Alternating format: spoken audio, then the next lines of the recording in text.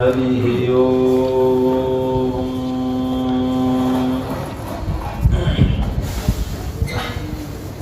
હે નીલકંઠ શરણાગત જીવપાલમ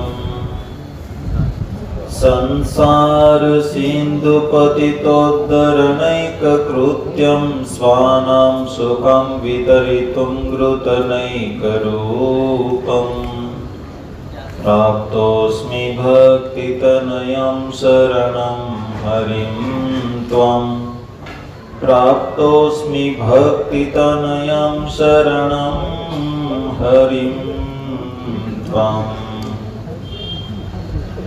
શિક્ષાર્થમત્ર નિજ ભક્તિમતાં નરાણાં મેકાંત ધર્મમખિલં પરિશીલયન્तं અષ્ટાંગ યોગ કલનાશ્ચ મહાવ્રતાની ત્વાં ભક્તિતનયં શરણં હરિં ત્વાં. ઓમ શ્રી હરિકૃષ્ણાય નમો નમઃ. ઓમ શ્રી ઘનશ્યામાય નમો નમઃ.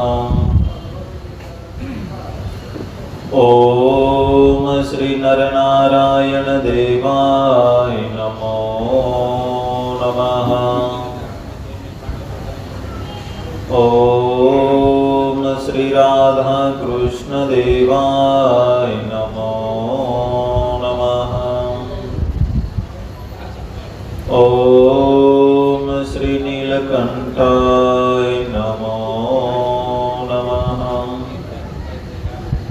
ઓમ શ્રી સહજાનંદાય નમો નમઃ. ઓમ શ્રી અક્ષરાધિપતિ પૂર્ણ પુરુષોત્તમાય આનંદ મુક્ત મંડળ ચરણ કમળ સેવિતાય ઈષ્ટદેવાય શ્રી સ્વામિનારાયણાય નમો નમઃ. ઓમ શ્રી કષ્ટભંજન દેવાય વિઘ્ન વિનાયક દેવાય નમો. ઓમ શ્રી પ્રેમમૂર્તિ પ્રેમાનંદયાદિ સર્વે પરમહંસેભ્યો નમો નમઃ. ઓમ શ્રી ઉત્તમાદિ સર્વે હરિભક્તેભ્યો નમો નમઃ. સહજાનંદ સ્વામી મહારાજની, શ્રી ઘનશ્યામ મહારાજની, શ્રી સ્વામિનારાયણ ભગવાનની જય જય જય. આપણા સૌના ઈષ્ટદેવ ભગવાન સ્વામિનારાયણ તથા બ્રહ્મ સભામાં ઉપસ્થિત સદગુરુ સ્વામી શ્રી હરિદાસ સ્વામી, ભક્તિચરણ સ્વામી, અક્ષર વિહારીદાસ સ્વામી આદિ સર્વે સંતો તથા વાલા ભક્તોને ભાવ ભરે જય સ્વામિનારાયણ.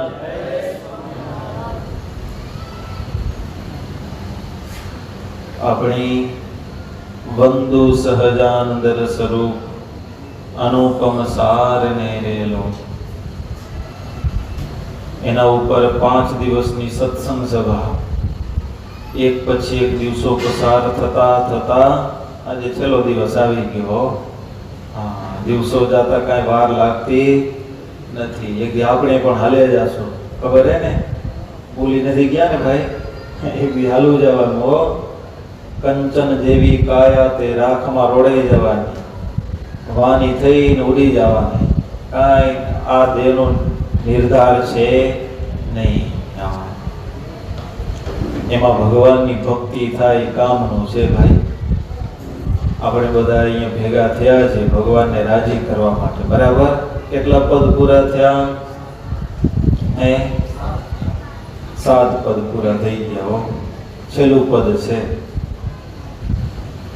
વાલા તારા જોગલ ચરણ રસ રૂપ વખાણો વાલ મારે લોલ.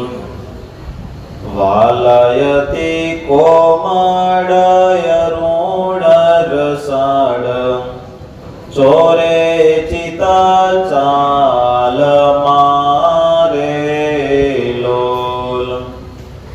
વાલા તારે જમણે અંગૂઠે તિલ. બોલો તો ખરા.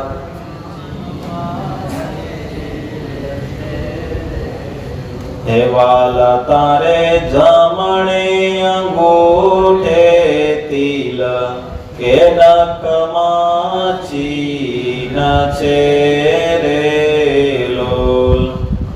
વાલા છેલી આંગળીએ તિલ એક જોવાને મન દીન છે રે લોલ. ભક્તો, અદ્ભુત પ્રેમાનંદ સ્વામી મહારાજની મૂર્તિનું વર્ણન કરતા કરતા શિખાથી ચાલુ કર્યું હતું હો. ક્યાં પહોંચી આવ્યા? ચરણે પહોંચી આવ્યા હો. વાલા તારા જુગલ ચરણ રસ રૂપ વખાણું વાલ મારેલો. મહારાજના પ્રેમાનંદ સ્વામી કહે કે પ્રભુના ચરણ, 2 ચરણ કેવા છે? રસ રૂપ. રસ એટલે રસ રૂપ. પ્રહલાદભાઈ, રસરૂપ એટલે શું થાય? એનો અર્થ કઈ નહીં નીકળે. એ અનુભવનો શબ્દ. રસરૂપ એટલે શું? હવે એનું શું બોલવાનું? રસરૂપ એટલે વાલા તારા ઉરમાં વિનગુણ હાર જોઈને ના ઠરે રેલો તે તો જાણે પ્રેમી જન જોઈ નિત્ય ધ્યાન ધરે રેલો. આવી વાત છે ભાઈ. ભગવાનની મૂર્તિનો અનુભવ કર્યો હોય, ધ્યાન કરતા હોય ને રસ આવે, એને અનુભવ થાય. અનુભવી આનંદમાં બ્રહ્મ રસના ભોગી રે. એને બીજા ક્યાં જાણી શકે? એને કોણ જાણી શકે? અનુભવી હોય ને, અનુભવી ભાઈ એ જાણી શકે. તો ભગવાનના ચરણ એવા છે ભક્તો, રસરૂપ વખાણું વાલ મારેલો. શું વખાણ કરું પ્રેમાનંદ સ્વામી કે મહારાજના ચરણના. અને પાછા પ્રેમાનંદ સ્વામી કે મહારાજના ચરણ કેવા છે? જે કોઈ એ પ્રભુના ચરણને નિરખીને જો એનું મન છે પ્રભુના ચરણમાં મૂકી દે ને તો એની જીવન યાત્રા છે ભગવાન છે મંગળ બનાવી દે. મંગળ મૂળ મહારાજના ચરણ છે, ચિંતવતા ચિત્તમાં શાંતિ થાય. શાંતિને આપનારા ભગવાનના ચરણ છે. કામ ને ક્રોધ મદ લોભ વ્યાપે નહીં, ઉર થકી સર્વ અજ્ઞાન જાય. જીવનમાંથી જો અજ્ઞાન કાઢવું હોય, અજ્ઞાન રૂપ અંધકારને કાઢવો હોય તો મહારાજના ચરણનો આશ્રય લઈ એનું ચિંતન કરી મહારાજના ચરણનું બળ રાખીએ તો બધું એ માયાનો કચરો છે ને બધો એ ચાલ્યો જાય. બાકી આશરા વિના કાંઈ થવાનું નથી. એમ અહીંયા પ્રેમાનંદ સ્વામી કહે કે મહારાજના ચરણ એવા છે મંગળ રૂપ, માણસની જીવન યાત્રાને મંગળ બનાવનારા છે. વાલાયતિ કોમળ અરુણ રસાણ. ભગવાનના ચરણ કેવા છે? અતિશય કોમળ. કોમળ તો કેવા? માખણ જોયું તમે? માખણ, માખણની પેઠે કોમળ, સાવ એવા હુંવાલા. અરુણ એટલે લાલાશ પડતા, અને રસાળ એટલે એમાંથી રસ ઝરે. ઓલું ગુલાબજાંબુ પડ્યું ને ચાસણીમાં ઊંચું કરી તો એમાંથી શું પડે? રસ નીકળે ને. એમ મહારાજના ચરણ એવા રસરૂપ છે ભાઈ, રસ આવે એમાંથી. લ્યો, પ્રેમાનંદ સ્વામી કે અને એ મહારાજના ચરણ એવા છે કે મારું ચિત્ત ચોરી લે. ચોરે ચિત્ત ચાલ મારે. એ ચાલ ભગવાન એવી છે. એવા એક તો સરસ મજાના ચરણ, અને મહારાજ આમ ચાલ્યા જતા હોય તમે ચરણના દર્શન કર્યા આજે મહારાજના ઘનશ્યામ મહારાજ દર્શન કર્યા? કયો તો ખરા હા કે ના? કે જોયા આવા કે દર્શન કરી આવા? ભક્તો એક વસ્તુ નક્કી રાખજો, આ કથા સબીજ ત્યારે જ કહેવાશે કે આપણા કેન્દ્રમાં ભગવાન હોય. ખાલી જો સાંભળશું કેન્દ્રમાં ભગવાન નહીં હોય તો આ કથા જ રહેશે, કાંઈ ફેરફાર થશે નહીં આપણા મારામાં કે તમારા. આપણા કેન્દ્ર બિંદુમાં કોણ હોવા જોઈએ? કોની કથા સાંભળીએ છીએ? ભગવાન. એ કેન્દ્રમાં ભગવાન હોવા જોઈએ. આપણે દર્શન કરીને આવ્યા ને, એ કેન્દ્રમાં ભગવાન હોય, ભગવાનને સાક્ષી રાખીને જો કથા સાંભળી તો એ કથા સબીજ કહેવાય. એ કથા સાંભળ્યા પછી આપણા મારા કે તમારા જીવનમાં કાંઈ ફેરફાર થાય નહીં, તો કાંઈ ફેરફાર થાય નહીં. હા, એટલે આપણે કથા સાંભળવી, કથા કરવી તો સબીજ કરવાનું. એટલે ભગવાનને કેન્દ્ર બિંદુમાં રાખીને ભગવાનની કથા કરવી અને સાંભળવી. પ્રેમાનંદ સ્વામી કહે, વાલા તારે જમણે આંગોઠે તિલ કે નખમાં ચીન છે રે લોલ. ભગવાનના જમણા ચરણનો અંગૂઠો, એમાં શું છે? એક તિલ છે.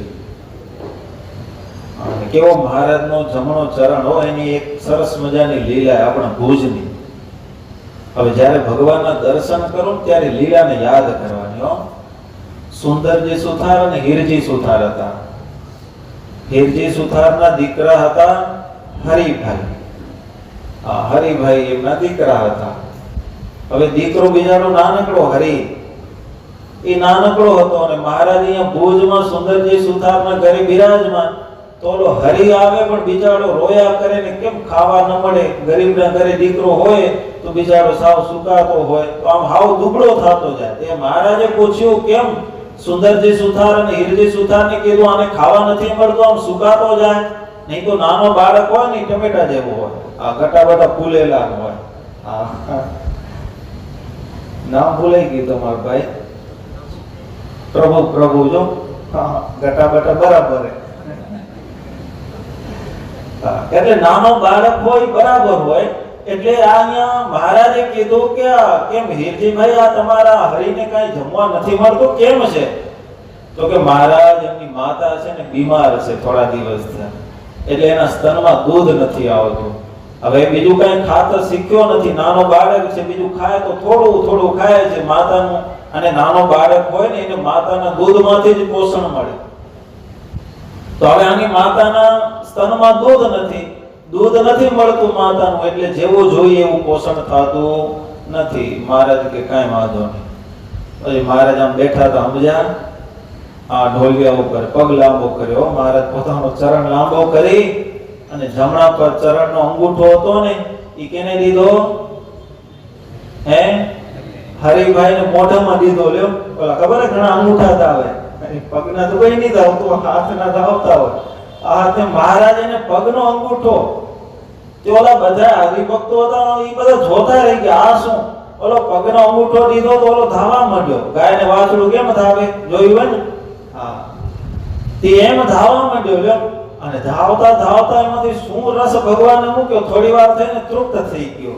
અંગૂઠો છોડી દીધો ને પછી તો એના ચહેરા ઉપર તેજ આવી ગયું. પછી જ્યારે ભૂખ્યો થયો, મહારાજે કહી દીધું જ્યારે ભૂખ્યો થાય ત્યારે અમારી પાસે મૂકી દેવાનું. એટલે હવે એ બિચારો હરી છે, ભૂખ્યો થાય એટલે એ દોડતો આવ્યો. પછી તો કેવું ન પડતું, આમ ગુઠણિયા પર પોતે ક્યાં પહોંચી આવે? મહારાજની પાસે પહોંચી આવે. એટલે મહારાજ જાણી જાય કે આ હરિભાઈ છે ભૂખ્યા થયા છે. એટલે આમ સભા ચાલુ હોય ને મહારાજ છે ને, મહારાજ એ હરિભાઈ આમ આવે એટલે ભગવાન શું કરે? પગ લાંબો કરે. એ કેવું હશે? આમ ખાલી કલ્પના તો કરો. હવે નાનો બાળક હોય ને આમ હાલ્યો આવે, મહારાજ આમ બેઠા હોય, ચરણ લાંબો કરે, મહારાજ જમણા પગનો અંગૂઠો હાથમાં લઈ ધાવી લે ને પછી પેટ ભરાઈ જાય તે પાછો હાલ્યો જાય. આમ કરતા પછી તો હવે આ તો ભાઈ ભગવાનનો અંગૂઠો ધાવા મળે, બધાય જોવે અંગૂઠામાં છે શું, કઈ શું પાતા હશે ભગવાન? હવે એ હરી જાણે ભગવાન જાણે. તો જઈ ભૂખ લાગે તો અહીંયા આવે દોડીને. પછી તો આમ ઘણા દી હાલ્યું. પછી તો એમની માતા હતા એ બરાબર થઈ ગયા, એની થોડી બીમારી હતી દૂર થઈ ગઈ. પછી એને સ્તનમાં દૂધ આવ્યું, પણ હરી આવે ક્યાં? માં લગે નતો જતો. ક્યાં આવતો? ક્યાં આવતો?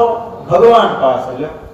હવે આવો બ્રહ્મરસ એને પીવા મળતો હોય પછી ક્યાં એમની માતાને ધાવા જાય? ભગવાન પાસે પહોંચી આવે ને ભગવાન એને અંગૂઠો ધવરાવતા.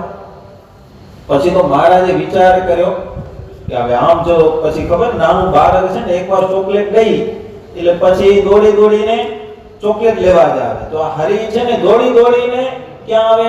મહારાજનો અંગૂઠો ધાવા આવે. એટલે મહારાજ કીધું આ બરાબર નહીં આવે. તે હવે પછી ભગવાન અંદરથી એને જે બ્રહ્મરસ પાતા હતા ને બંધ કરી દીધું. હવે ઓલાને બિચારાને ભૂખ લાગ્યું, ક્યાંક તો જવું પડે ને. ઓલું તમે ગાય જોઈ હોય ને, ગાય તો ગાય છે ને, ગાય ઈ જો પારો ન મૂકે અને વાછડું ધાવ્યા કરે, વાછડું કટાડી જાય, પછી ઓટોમેટિકલી ધાવાનું મૂકી દે. પણ ગાય જો પારો મૂક્યા કરે તો વાછડું ધાયા જ કરે.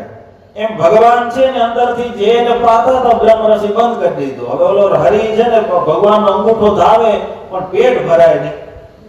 પણ ધીરે ધીરે એને એમ થયું કે હવે અહીંયા કામ થતું નથી. પછી એની માતાની પાસે જવા માંડ્યો. એટલે કહેવાનું શું, ભક્તો ભગવાનનો અંગૂઠો એવો હશે કે એ ભગવાન ક્યારેક ક્યારેક શું ને શું એમાંથી ચમત્કાર દેખાડતા હો. ભગવાન છે ને, ભગવાન જ્યારે ગઢપુરમાં બિરાજમાન હતા હો, ભગવાન ગઢપુરમાં, ત્યારે બુરાનપુરમાં ત્યાંના રાજા હતા.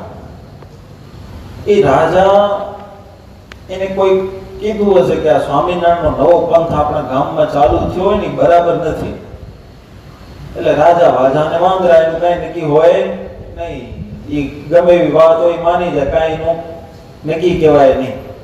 હવે આ બુરાનપુરના રાજાને એમ થઈ ગયું કે આ બરાબર આપણા રાજમાં નવો પંથ ચાલુ થયો છે ને એને બંધ કરાવવો જોઈએ, નહીં તો એમાંથી ઘણું બધું અનાચાર પ્રવર્ત થશે. આવું કર્યું એટલે ગોવિંદ ભગત હતા અને બીજા શિવા શાહ, કેટલાક વાણિયા ભક્તો હતા, પટેલ, બધાને ભેગા કર્યા, બોલાવ્યા ને કીધું કે હવે તમે આજથી આ કંઠી છોડી દો, તિલક ચાંદલો કાઢી દો, સ્વામિનારાયણનો સત્સંગ છોડી દો. ઓલા બધા કે અમે એ સત્સંગ નહીં છોડી, હવે તો અમારે શિરને સાટે છે ભગવાન. આ કંઠી છે, તિલક ચાંદલો છે, શિરને સાટે. હવે એ આ ગળામાંથી કંઠી ઉતરે નહીં. કદાચ ડોક જતી હોય તો જવા દેશું, પણ હવે કંઠી ઉતરશે નહીં. આમ કીધું ને રાજાને. એટલે રાજાને એમ થયું કે તો હવે તમને જેલમાં પૂરી દેશું. કે અમને જેલમાં રહેવું મંજૂર છે, પણ સત્સંગ છોડશો નહીં. પછી સત્સંગ ન છોડ્યો એટલે સાંજનો સમય હતો ને, બધાને જેલમાં પૂરી દીધા હો. જેલમાં બધાને જેલમાં પૂર્યા. અને જેલમાં પૂર્યા ને ઓલા બધા ભક્તો હતા ને, સંધ્યાનો ટાઈમ થયો એટલે નિત્ય નિયમ કર્યા. નિત્ય નિયમ કરીને ભગવાનની મૂર્તિને સંભાળીને ધૂન કરવા માંડ્યા. અને ભક્તો, ભગવાનનો અને ભગતનો નાતો એવો હશે, સાચા દિલથી જ્યારે ભગવાન પુકારે છે ને, સાચા દિલથી ભગત પુકારે ત્યારે ભગવાનની નાદ સાંભળે. આ બુરાનપુરના ભક્તો છે, પ્રેમથી, ભાવથી, હૃદયથી ભગવાનની ભક્તિ કરે. એનાથી ગઢપુરમાં ભગવાન સહજાનંદ સ્વામી પોઢવાની તૈયારી કરે છે અક્ષર ઓરડીમાં. અને અક્ષર ઓરડીમાં પોઢવાની તૈયારી કરે ત્યાં ભગવાને સુખ સ્વામીને કીધું, હે સુખ સ્વામી અહીંયા આવો, અહીંયા આવો, અત્યારે કાગળ લખવો છે. એટલે ભગવાન છે પોતે પોતાના જમણા ચરણમાંથી તેજ પ્રગટ કર્યું. અને તેજ પ્રગટ કર્યું આખી અક્ષર ઓરડીમાં તેજ. સુખ સ્વામીની આંખે અંજાઈ ગઈ. હવે શું લખવાનું? એટલે સુખ સ્વામીને કીધું, મહારાજ આમાં તો હવે કઈ દેખાતું નથી. પછી મહારાજ પોતાનું ચરણમાં તેજ બધું સમાવ્યું છે, થોડું તેજ રાખ્યું. અને એમાં સુખ સ્વામી શું લખ્યો? પત્ર લખ્યો. અને પત્ર લખી કરી અને રાતના સમયે મયારામ ભટ્ટ, એમના ભાઈ ગોવિંદરામ વિપ્ર એમને મૂક્યા છે. ઉતાવળી ચાલ હતી. એટલે ગોવિંદરામ વિપ્ર ભુજમાં પત્ર લઈને આવ્યા. તો કોણ આવ્યા હતા? નીલકંઠ વર્ણીને મુક્તાનંદ સ્વામી લોજમાં પત્ર લખ્યો. પછી અહીંયા ભુજ પત્ર લઈને કોણ આવ્યું હતું? મયારામ ભટ્ટ. હવે મયારામ ભટ્ટ અને અહીંયા ગોવિંદરામ ભટ્ટને મૂક્યા છો મહારાજ કે જાઓ તમે જલ્દી બુરાનપુરને આ કાગળ આપી આવો. અને પછી તો એ ગયા છે. ભક્તો કહેવાનું શું, પ્રેમાનંદ સ્વામી કે ભગવાનનો ચરણ એવો છે અને ભગવાન છે ને ચરણમાંથી, જમણા ચરણના અંગૂઠામાંથી અનેક લીલાઓ કરી છે. એમાં નાથ ભગત હતા વડોદરામાં, એને જેલમાં પૂર્યા હતા, ખબર હે? એક ફેરે જેલમાં પૂર્યા તો એ નાથ ભગતનું નિયમ હતું કોઈ દિવસ ખાધા પીધા વિના, પૂજા પાઠ નાયા ધોયા વિના, પૂજા પાઠ કર્યા વિના ખાવું પીવું નહીં. હવે એક દી જેલમાં પૂરાયા, પૂજા એની સાથે નથી, નવા ધોવાનું નતું, રાત આખી ધૂન કરી અને આ બાજુ ભગવાનને ચિંતા થઈ. ભગવાન છે સરસ મજાનો થાળ તૈયાર કરીને ભગતને જમાડવા પહોંચી ગયા જેલમાં. જેલમાં ગયા તો ઓલા ભગતને કીધું, નાથ ભગતને કે જમો તો કે મારાથી જમાશે નહીં, હજી તો સ્નાને નથી થયું. અને ત્યાં એમ કીધું કે મહારાજ પોતાના જમણા ચરણના અંગૂઠામાંથી ગંગાજીને પ્રગટ કરેલો. એવી લીલા કરી મહારાજ. ગંગાજીના પ્રગટ કરે ને એમાં નાથ ભગતે સ્નાન કર્યું ને પછી ભગવાન એને જમાડ્યા. હવે આ ભગવાનના આપણે ઘનશ્યામ મહારાજના દર્શન કરી અને એ અંગૂઠાનું ધ્યાન કરતા હોય ને આ બે ચાર લીલાઓ સંભાળી તો કેવી મજા આવે ના આવે?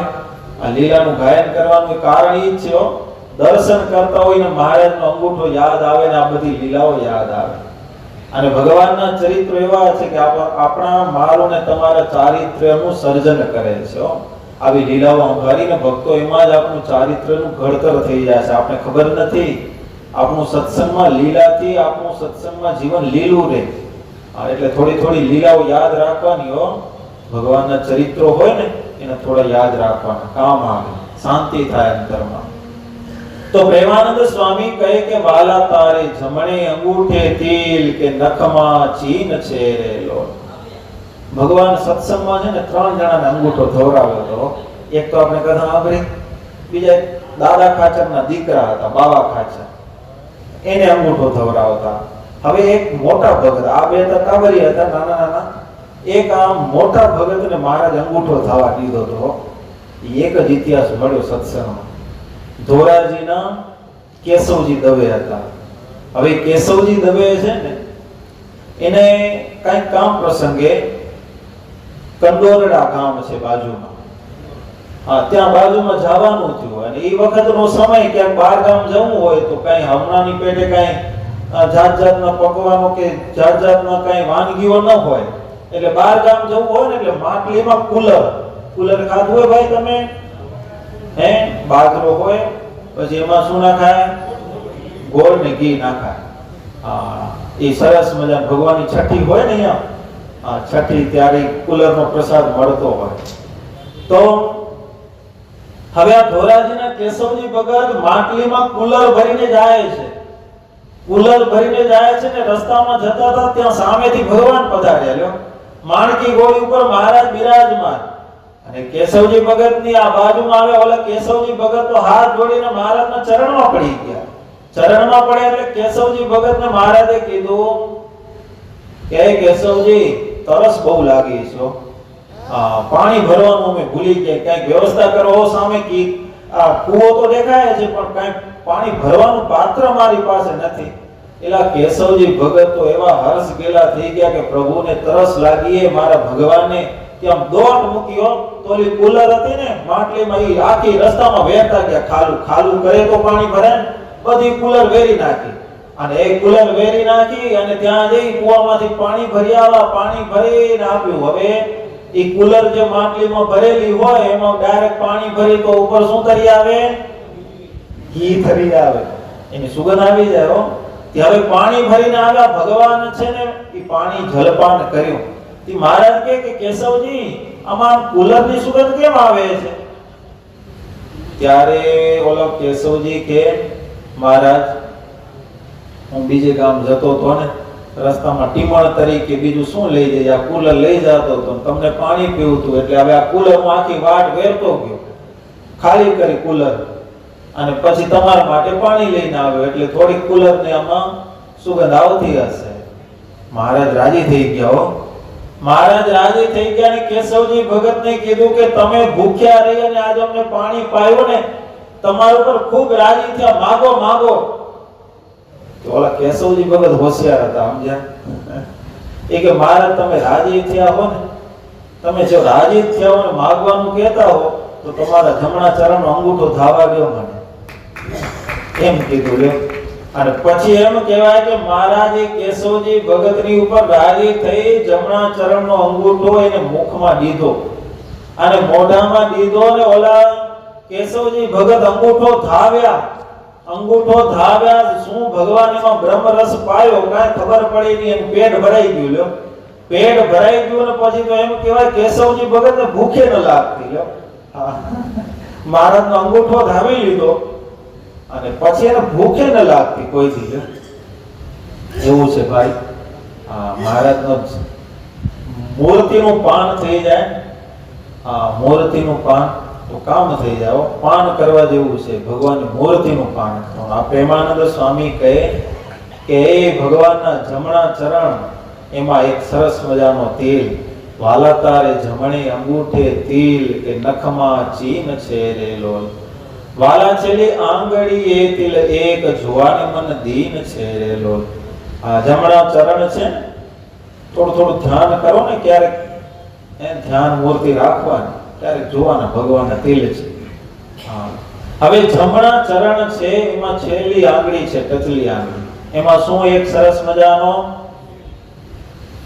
વાલા તારી છેલ્લી આંગળીએ તિલ એક જોવાને મન દીન છે રેલો. એટલો સરસ મજાનો તિલ છે કે આમ દીન આધીન થઈ ગયા લો પ્રેમાનંદ સ્વામી, જાન જોયા જ કરે. એવું પ્રેમાનંદ સ્વામી કે એટલો આનંદ આવતો લો. વાલા તારા નખની અરુણતા જોઈ સસીકણા ક્ષીણ છે રે લોલ, વાલા રસ ચોરા ચકોર જે ભક્ત જોવાને પ્રવીણ છે રે લોલ. વાલા તારા નખની અરુણતા જોઈ સસીકણા ક્ષીણ છે રે લોલ. આ નખ જ કેવા છે? અરુણતા એટલે લાલાશ પડતા હો, આમ ઉપડતા ને તીખા. મહારાજના લાલાશ પડતા નખ છે હો, મણીઓની પેઠે શોભી રહ્યા છે. સસીકરા ક્ષીણ છે રે લોલ. એ મહારાજના આકાશમાં ચંદ્રમાની કળા ખીલી હોય ને, એ કેવો ચંદ્રમા સોળે કળાએ ખીલ્યો હોય એવું તેજ છે ભગવાનના એક એક ચરણના અંગૂઠા, એની બાજુમાં આંગળી, એના નખ છે ને એવા ઝગમગાટ કરે છે. જાણે ચંદ્રમાએ સોળા કળાએ ખીલ્યો હોય ને એવું તેજ એ આ મહારાજના ચરણના નખમાં છે. વાલા રસ ચોર ચકોર જે ભક્ત જોવાને પ્રવીણ છે રેલો. વાલા તારા રસ ચોર, ચોરી લેવો, ચિત્તને ચોરી લે એવા ભગવાનના નખ હતા. ચકોર, ચકોર પક્ષી જોયું હોય તમે? ચકોર પક્ષી એમ કહેવાય કે કબૂતર જેવું હોય, એના પગ છે એ લાલાશ પડતા હોય.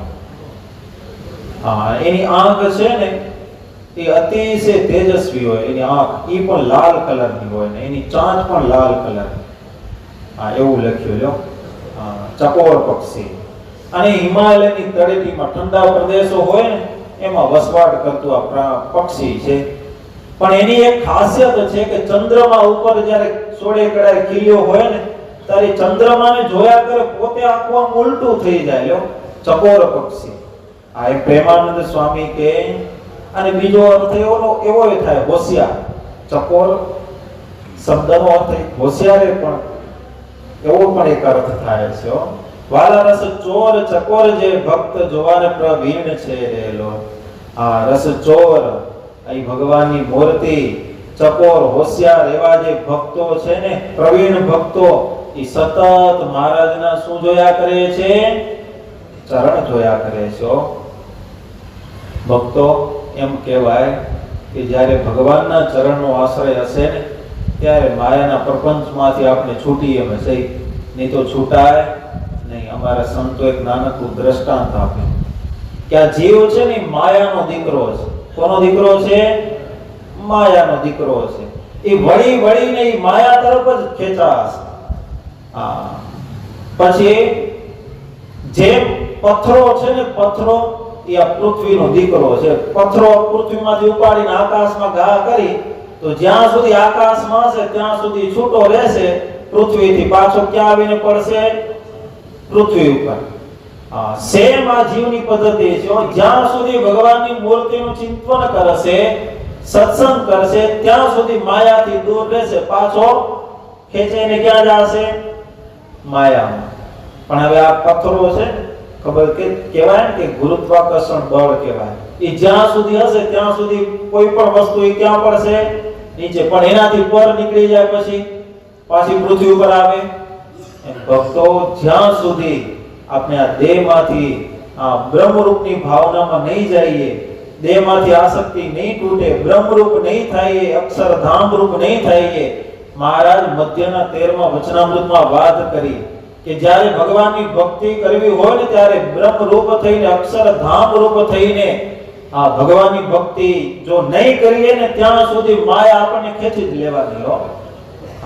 ખેંચશે, પણ એનાથી પર થઈ જશું ને, આ દેહથી પર બ્રહ્મરૂપ, ત્યારે પછી માયા છે આપણને ખેંચશે નહીં.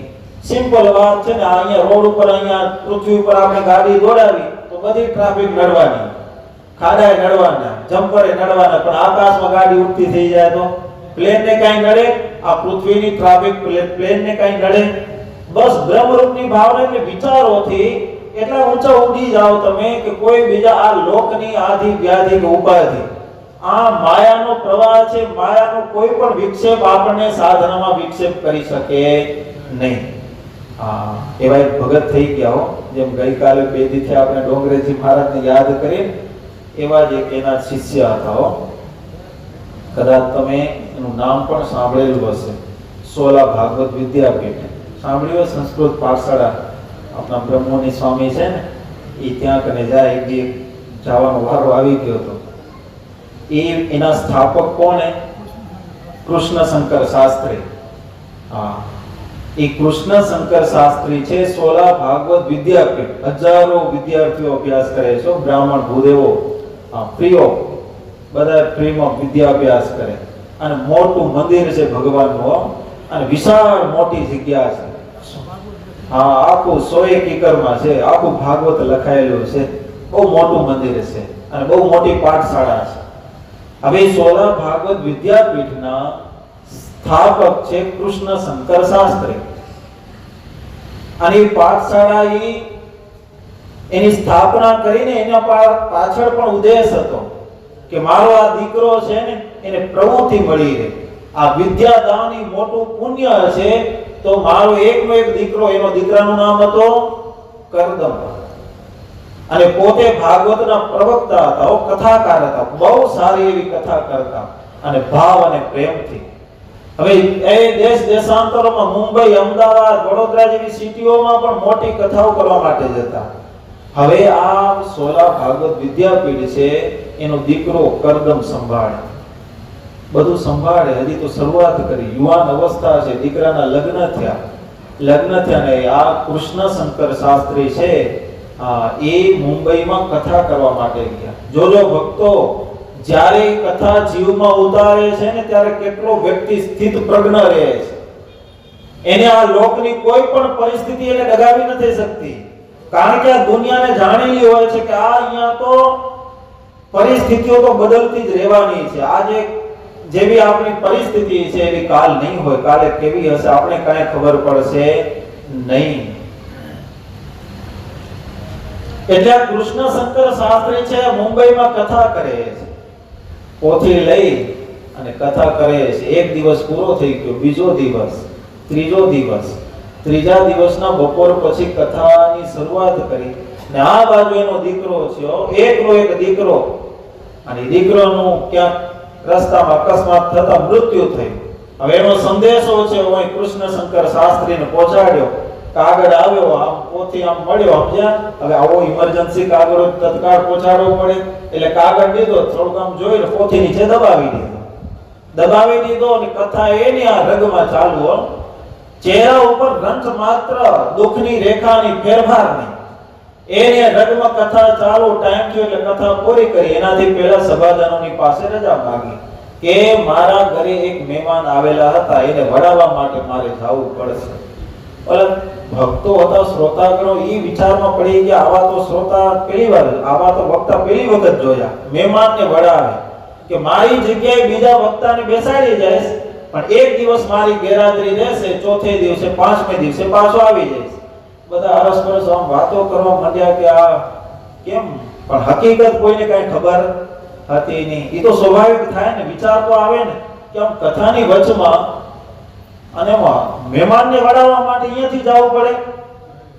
પછી તો કોઈને બીજી કઈ વાત કર્યા વિના પોતે નીકળી ગયા અને બધા એની પાસે રજા લઈને પાછું કીધું કે આવતીકાલે હું પાછો આવી જઈશ. 5મે દિવસે નહીં, 6થા દિવસે પાછો હું અહીંયા વ્યાસપીઠો બેહીને કથા સંભળાવીશ. પછી ગયા, અહીંયા દીકરાની બધી ક્રિયાઓ પતાવી અને પાછા 6થે દિવસે આવી ગયા અને કથા વાંચવાની શરૂઆત કરી. ત્યારે બધાને ખબર પડી કે કોને વડાવવા માટે ગયા હતા. ભક્તો ખાલી આ વાત તો હું કરી લીધી ને તમે સાંભળી લીધી. ખાલી વિચારો, આવી ઘટના આપણા પરિવારમાં ઘટે તો આપણી મનસ્થિતિ કેવી રહે. એ તો અતિશય સત્સંગ કરીને પોતાના જીવમાં સમજણને દ્રઢ કરી લીધી હોય ને ભક્તો, આ જગતને જાણીને રહ્યો હોય, 24 કલાક સાંખ્ય વિચારમાં જીવતો હોય ને, એને કાંઈ ફેરફાર થાય નહીં. તો ભલભલાને થોડુંક તો ડગમગાટ થઈ જ જાય હો, પણ આને કાંઈ જ નથી લ્યો. ત્યારે બધાને થયું કે આ વ્યક્તિ તો કઈક અલગ છે, વિભૂતિ છે. હા, એટલે કહેવાનું શું કે જ્યારે ભગવાનની મૂર્તિનું ધ્યાન કરતા આટલી સ્થિતિને આવી જાય છે, એની સ્થિત પ્રજ્ઞ થઈ જાય છે, પછી આ લોકનો કોઈ પણ પરિસ્થિતિ એને વિઘ્ન કરી શકતી નથી. એમ પ્રેમાનંદ સ્વામી કે એવા મહારાજના ચરણ છે, એનો ચરણનો આશ્રય રાખશો તો આવી સ્થિતિ આવશે, નહીં તો આવશે નહીં. પ્રેમાનંદ સ્વામી કે વાલા તારી ઉર્ધ્વ રેખામાં ચિત રહો કરી વાસ ને રેલો, માગે પ્રેમ સખી કર જોડી દેજો દાન દાસ ને રેલો. અદ્ભુત પ્રેમાનંદ સ્વામી છેલ્લી પંક્તિઓમાં મહારાજને પ્રાર્થના કરી કે હે મહારાજ, મારું ચિત્ત છે ને એ સદાયને માટે ક્યાં રહે? ભગવાનની ઉર્ધ્વ રેખામાં હો. હા, કારણ કે ઉર્ધ્વ રેખાનું ધ્યાન કરીએ તો સદાયને માટે એમ કહેવાય કે એની ઉર્ધ્વ ગતિ થતી રહે. હા, સત્સંગમાં જો ઉર્ધ્વ ગતિ કરવી હોય, આગળ વધવું હોય તો કોનું ધ્યાન કરવાનું? ચરણમાં ઉર્ધ્વ રેખા છે ને, એનું જ્યારે સોઈ ત્યારે 2 મિનિટ ધ્યાન કરીએ તો એવો ચીનનો પ્રતાપ છે કે હંમેશને માટે એની ઉર્ધ્વ ગતિ થતી રહે. એટલે પ્રેમાનંદ સ્વામી કે સદાયને માટે મારું ચિત્ત છે ને પ્રભુના ચરણમાં ઉર્ધ્વ રેખામાં રહે. વાલા તારી ઉર્ધ્વ રેખામાં ચિત્ત રહો કરી વાસ ને રહેલો, સદાયને માટે ત્યાં નિવાસ કરીને રહું. આવી પ્રેમાનંદ સ્વામી છે મહારાજને પ્રાર્થના કરી. અને પ્રેમાનંદ સ્વામી કે હે પ્રભુ, આ દાસને એવું દાન દેજો, બીજું મારે દાન જોઈતું નથી. હા, અને ભક્તો, પ્રાર્થના એવી વસ્તુ છે જ્યારે હૃદયથી પ્રાર્થના થાય છે ને ત્યારે ભગવાન છે ને મજબૂર બની જાય છે. અને ભક્તો, ભક્તિ એવી કરવાની છે કે ભગવાનને આપણને મજબૂર બનાવવાના છે. એ ભક્તિ કરી કહેવાય. અરે ભાઈ, ભગવાન મજબૂર બની જાય લ્યો. ઓલા પંઢરપુરમાં ઓલા માતા પિતાની સેવા ભક્તિ એવી કરી કે ભગવાન મજબૂર બની ગયા, ત્યાં ઊભા રહી કે આ દિવસ સુધી ભગવાન દર્શન આપે છે લ્યો. હા, મીરાબાઈ એવી ભક્તિ કરી કે ભગવાન મજબૂર બની ગયા. મીરાબાઈને આમ હાથ લાંબા કરીને પોતાની ગોદમાં ભગવાન છે ને એ મીરાબાઈને સમાવી લીધા હો.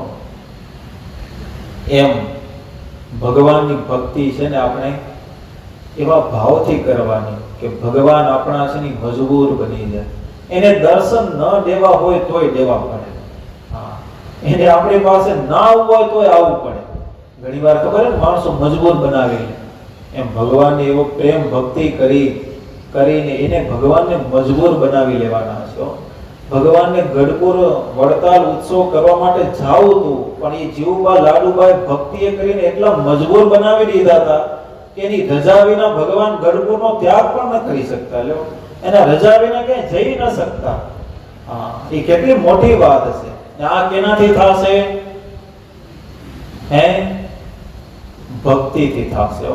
પણ અંતરના નાદે ભક્તિ કરશો ને. એક સરસ મજાની પ્રાર્થના છે, નિષ્કુળાનંદ સ્વામી નિષ્કુળાનંદ કાવ્યમાં લખેલી છે, બહુ મજાની છે. એ હું તમને સંભળાવું, બરાબર? પણ સંભળાવ્યા પછી થોડોક પ્રેક્ટિકલ કરજો. આ ઘનશ્યામ મહારાજ છે ને, એની બાજુમાં આપણે દર્શન કરવા જઈએ ત્યારે અંદરના પોકારથી ભગવાનને થોડા પોકારી તો ખરા. હા, લાજ મારી છે તમારે હાથજી, પ્રભુને પ્રાર્થના કરવાની. હો, કરતા આવજો. ઘનશ્યામ મહારાજ આગળ હું ઊભો છું, હાથ જોડીને પ્રભુના હાથ લાંબો કરીને પ્રાર્થના કરું છું, ભાવ કરતા આવજો.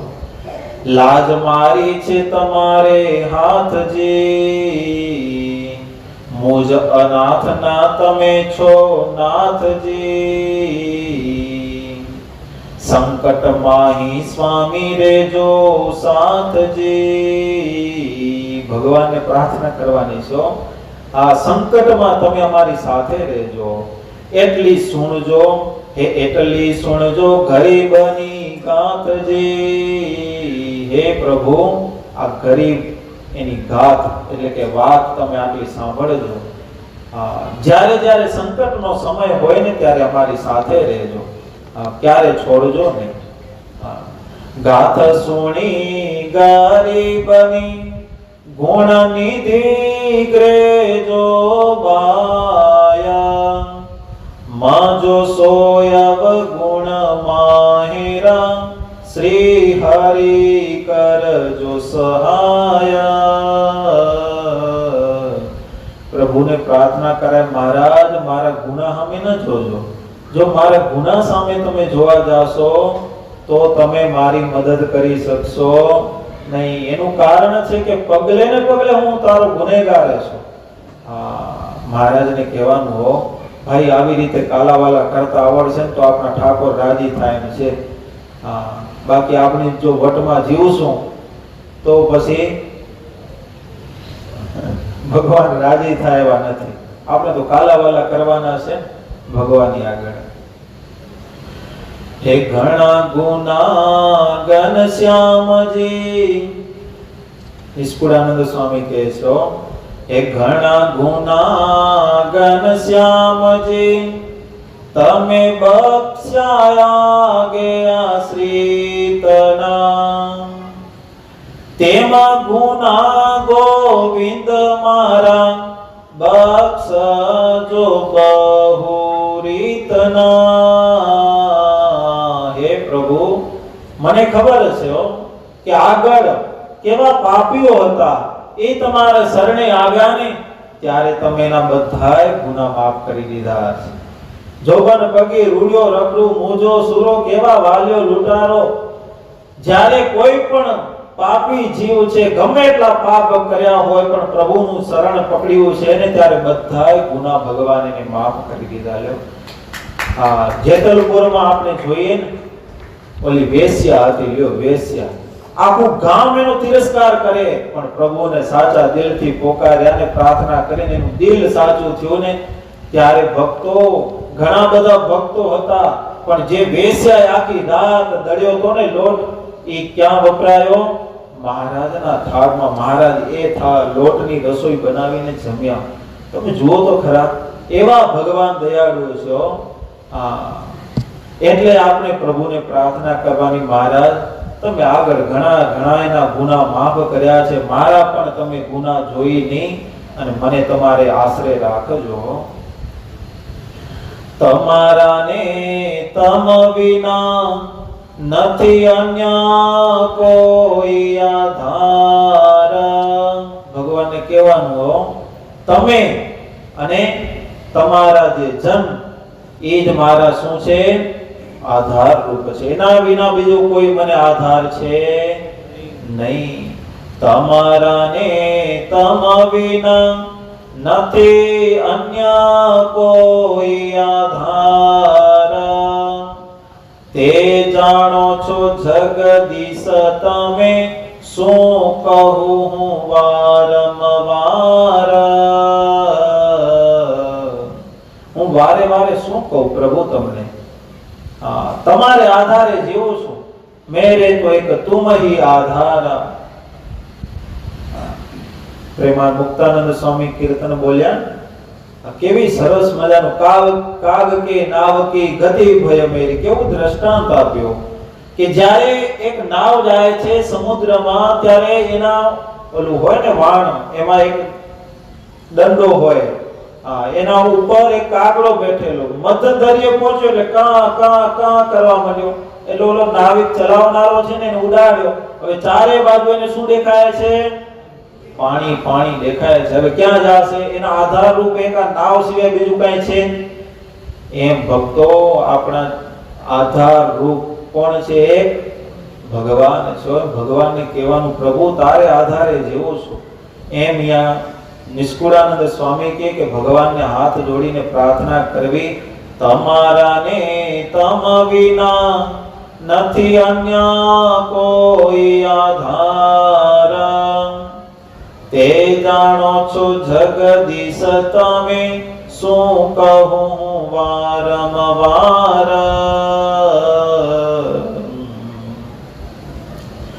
જેના જે આશ્રિત છે, જેના જે આશ્રિત છે, પ્રભુ તેની છે તેને લાજ. તેહ વિના ત્રિલોકમાં એનું કોણ હેતુ મહારાજ. કેવી વાત કરી જો, જેને જેનો આશરો તેને તેની લાજ. આપણે ભગવાનને આશ્રય બેસો ને ભક્તો, તો ભગવાન આપણી લાજ ક્યાંય જવા દેશે નહીં. આથી પહેલા કોઈની જવા દીધી નથી અને જવા દેશે પણ નહીં. ભગવાન છે ભગતને કોલ આપ્યો છે, તું મારા નામમાં તો હું તારા કામમાં, તું તારા કામમાં તો હું મારા ધામમાં. તું મારી સાચા દિલથી ભક્તિ કરીશ ને તો તારે ક્યાંય આંચ આવવા નહીં દઉં. ધીરજ રાખીને સાચા દિલથી બસ તું માર્ગમાં ચાલ્યો રે. હવે નિષ્કુળાનંદ સ્વામી કે ભગવાનને કેવું કે હે મહારાજ, જે કહેવાનું હતું તે મેં કહ્યું, હરે કૃષ્ણ જોડી જુગ હાથ. દીન બંધુ દિલ ધારજો, નિષ્કુળાનંદ નાથ. હે મહારાજ, મને જે કહેવાનું હતું એ હું તમને કહી દીધું. હવે તમે દિલમાં ધારજો અને એ મારી સંભાળ રાખજો. આવી કરજો, પ્રાર્થના કરતા જશો, કરવાની ભક્તો. જો હવે આજે થોડુંક વહેલું પૂરું કરવાનું. આપણા વડીલ સંતોના આશીર્વાદ લેવાના એ બે સંતોના. એટલે પણ એક મારા દિલની વાત કહી દો તમને. જીવનમાં છે ને, જીવનમાં ક્યારે પણ આપણો એવો સ્વભાવ ન રહે કે જેનાથી આપણા સ્વભાવથી કોઈક દુખી થાય. આપણે સત્સંગ કરીએ છીએ, હું એ કરું છું, તમે કરો છો, પણ આપણે એવા સ્વભાવ રાખીને બેઠા છીએ કે આપણે એ શાંતિ લેવા દેતા નથી. લ્યો, એ સ્વભાવને મૂકવાના છે તો આપણે આ સત્સંગમાં શાંતિ થવાની છે. બાકી સ્વભાવ જો રાખીને આપણે સત્સંગ કરશું તો સત્સંગ કર્યા પછી પણ મજા આવશે નહીં. તમે અહીંયાથી લાડે કોડે ગયા હો, ગરમીના દિવસો સ્વિમિંગ પુલમાં નાવાને માટે ઓય જઈને તમે આ કપડા સહિત ને બધે એમને ધુબાકો મારો તો મજા આવે? શું કહો તમે? ત્યાં શું કરવું પડે? વધારાનો કપડા છે ઉતારી નાનકડો ચડો પહેરીને નાવું પડે તો મજા આવે. ભક્તો સેમ એ જ વસ્તુ છે. આ ભક્તિમાં જો ડૂબકી મારવી હશે ને, આ સત્સંગમાં જો ડૂબકી મારવી હશે ને, તો આ સ્વભાવ ને આપણા સ્વભાવ રૂપી કપડા છે ને એક બાજુ નાખવા પડશે. હકીકત હો, સુખ લેવું હોય તો. બાકી જો સ્વભાવ ભેગા રાખીને બેઠા હશું તો આપણને સુખ મળવાનું નથી નથી ને નથી. ગમે એટલું કરશું, સ્વભાવ મૂકીને થોડું કરશો ને, થોડી ભક્તિ કરશું તો આપણને સંતોષ હશે, આનંદ આવશે. પણ જો સ્વભાવ રાખીને જાજુ કરશું તો એનાથી સુખ આવવાનું નથી. હવે જો આ 5 દિવસની કથા થઈ આપણે. હવે આપણા ઘનશ્યામ મહારાજ છે ને, આ માધવ બીજા કરે કે ન કરે, પણ આપણે કરી હો. કારણ કે તમે તો યજમાન છો જીવનમાં. છે ને, જીવનમાં તમને જે સ્વભાવ નડતો હોય એ ભગવાનના ચરણે મૂકી દેજો. હા, એ ભગવાનના ચરણે મૂકી દેજો. હવે કયો સ્વભાવ? ઘણીવાર એવો સ્વભાવ હોય કે ઘરમાં આપણા માતા પિતાને ન ગમતો હોય. ઘણીવાર આપણે સ્કૂલમાં ભણવા જતા હોય તો આપણા મિત્ર સર્કલને પણ ન ગમતો હોય. આ ઘણીવાર એવો સ્વભાવ હોય. એ સ્વભાવનો ત્યાગ કરી બધાને આપણું જીવન જોઈને આનંદ થાય, બધાને આપણું જીવન જોઈને કંઈક પ્રેરણા મળે, બધાને આપણું જીવન જોઈને સેજે સેજે ભાવ થાય. આપણું જીવન જોયા પછી બધાને એમ થાય કે આ માધવ છે ને બહુ નિર્દોષ છે. જેમ મોરજી બ્રહ્મચારીને ગમે તે ભક્તો જુએ તો બધાને એના પ્રત્યે શું થતું? નિર્દોષ ભાવ જ જાગતો. શું કરવા? એ મોરજી બ્રહ્મચારીનું જીવન જ એવું હતું, નિખાલસ, નિર્દોષ, નિષ્કપટ. હા, એવું જીવન હતું ને એટલે દરેકના દિલમાં ભગવાન રહીને કહી દેતા કે અમારા મોરજી બ્રહ્મચારી કેવા છે? નિર્દોષ છે. એમ ભક્તો જ્યારે આપણું જીવન નિષ્કપટ, નિષ્કપટી બનશું, નિર્દોષ, નિખાલસ બનશું ને, ત્યારે દરેકના દિલમાં આપણા ઘનશ્યામ મહારાજ છે ને કહી દેશે કે અમારો માધવ છે ને એ ખાવ નિર્દોષ છે, સાચો ભગત છે. બરાબર ને? માધવ કરવાનું એ છો આપણે. દિવસે ને દિવસે પ્રગતિ સત્સંગમાં. તમને બધાનો હોશ થાય તો તમે કરજો, પણ માધવ તો કરશે. અને નીલકંઠ વર્ણી છે, લોજમાં ગયા હો. લોજમાં ગયા અને મુક્તાનંદ સ્વામીની શ્રદ્ધા, ભક્તિ, ભાવના જોયું. અને મહારાજ વચનામૃતમાં 3 જગ્યાએ કીધું કે જ્યારથી અમે મુક્તાનંદ સ્વામીને જોઈએ છીએ ને, અને આજ દિવસ પૂરા તે મુક્તાનંદ સ્વામીનો ચડતો ને ચડતો રહે, ચડતો ને ચડતો રહે. એમ ભક્તો આ સત્સંગ કર્યા પછી મને ને તમને ચડતો ને ચડતો રંગ રાખવાનો એ મહારાજ દ્રષ્ટાંત દીધું ને એટલે દીધું કે સત્સંગમાં આવ્યા પછી ચડતો ને ચડતો રંગ રાખવો ને મહા કઠણ છે. લોઢાના ચણા થવા જેવું છે ખરેખર. નહીં તો પોતાની ડાપાઈનું ડોર એટલું છે, વાત ન પૂછો. પછી તેમ થાય કે આપણે તો હવે કઈ જાણી રહ્યા, કઈ હોશિયાર છે. એવું થઈ જાય ભાઈ. એટલે અક્ષર જીવનદાસ સ્વામીને લખવું પડ્યું. એ તો આજે સવારે સભામાં વચનામૃત વંચાય તો ને, મસ્ત મજાનું હતું. માયાનું કેવું વિપરીતપણું છે. માયાનું લાલજી બાબા કયું એ વચનામૃત?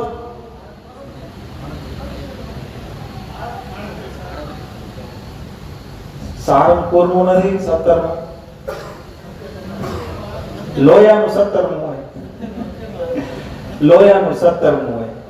માયાનું કેવું વિપરીતપણું છે. સત્સંગમાં આવ્યો હોય ત્યારે એવો ગરજુ થઈને સ્તુતિ પ્રાર્થના કરતો હોય, અને પછી એનું શું કરવા માંડે? નિંદા કરવા માંડે. લ્યો, આપણું કામકાજ એવું નથી. તમે વિચારો તા. ખરેખર મને બહુ મજા આવી. વિચાર્યું ને છે એવું મારું આવે ત્યારે કેવા નિર્દોષ ને નિખાલસ પડે, કોઈનો અવગુણ અભાવ કઈ દેખાવું જ નહીં. લ્યો, ને હવે બધું દેખાવા માંડે. પણ આપણે જોયા છતાં પણ સ્વામી કહેતા હતા ને, જો વિવેક દ્રષ્ટિથી જોયા પછી પણ આંધળું રહેવાનું છે. જોઈ લીધું પછી બસ કોઈને કયો નહીં, જાણી લ્યો. એટલે સત્સંગમાં મજા તો આવશે. કરવાનું એ 5 દિવસની કથા થઈ. આ પ્રેમાનંદ સ્વામી, એ પ્રેમાનંદ સ્વામી તો સંત છે ને ભાઈ. સંત છે ને હંમેશા તર્કવાદી હોય, અર્કવાદી હોય અને મધુપર્કવાદી હોય. સમજી ગયા તમે? એ અમારા શ્રી હરિ સ્વામી એક વખત છે માંડવીમાં ચિંતન કીધું હતું કે સંત છે ને તર્કવાદી હોય, તર્ક કરે. તર્ક કર્યા પછી એમાંથી અર્ક કાઢે, અર્ક કાઢ્યા પછી એમાંથી જે મધુપર્ક એટલે કે જીવનમાં એ અપનાવવાનું હો. હા, એ સંત કહેવાય કે ઘણું બધું સાંભળ્યા પછી એમાંથી સાર કાઢીને સીધું શું કરે? તમે ભાઈ સિમ્પલ જુઓ તો ખરા, દૂધમાંથી દહીં બનાવતા આવડે, દહીંમાંથી છાશ બનાવતા આવડી ગઈ, માખણ બનાવતા આવડ્યું, માખણ બની ગયું, ઘી બની ગયું માખણમાંથી, પણ ઘીનો ભાઈ શું ઉપયોગ કરવો એ કાંઈ ના આવડે તો શું કામનું? ભાઈ શું કામનું? ધંધા મજૂરી થી ને તો હતા, પણ એ ઘીનો ક્યાંક લાડુ બનાવતા આવડે, ક્યાંક ઉપયોગ એને ખબર હોય તો કામ થાય. એમ તર્ક કરે, એમાંથી ઘણું બધું સાંભળ્યા પછી અર્ક એનો સાર કાઢ્યો, પણ જીવનમાં એ અપનાવતા જ ના આવડે તો બધું નકામું જ છે ને, નથી? હા, એટલે આ સાંભળ્યા પછી તમને જે યોગ્ય લાગે થોડું પકડી કરી અને શું કરવાનું હોય છે? તો જીવનમાં અપનાવવાનું. ભાઈ જીવનમાં હશે એ કામ આવવાનું હોય. હા, પાછું એવું હોય સાંભળશું તો પાછું જીવનમાં, એ સાંભળ્યા પછી સતત સાંભળશું તો જીવનમાં કેદી કેમ થશે કે આ કરવા જેવું ખરું. એટલે પાછું સાંભળવાનું હોય રાખવું પડશે, અને જાણવાનું હોય રાખવું પડશે, તઈ આ બધું થશે. એટલે ભક્તો બધાએ આપણે ઘનશ્યામ મહારાજને પ્રાર્થના કરી કે આપણા જીવનમાં કાંઈક એવા સારા સદગુણો આવે, અને કાંઈક સારું એ ભગવાનને ન ગમતું હોય, આપણા માતા પિતા પરિવારજનોને આવા સદપુરુષોને ન ગમતું હોય ને એવું જીવનમાંથી આપણે કાઢી અને ભગવાનના ચરણે દઈ દઈ. અને પ્રેમાનંદ સ્વામીને પણ પ્રાર્થના કરીએ, બસ અમારી પર સદાયને માટે તમે રાજી રહી અને એને દિવસે ને દિવસે અમને માર્ગ બતાવતા રહેજો.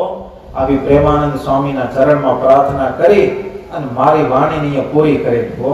આજે આવા મોટા સંતો બેઠા અને છેલ્લો દિવસ છે એટલે સંતોના આશીર્વાદ પણ લેવાના છે. એટલે 10 વાગ્યા, જો મને 10 વાગે કીધું એટલે 4 મિનિટ પહેલું પૂરું કરી દઉં. સહજાનંદ સ્વામી મહારાજની જય.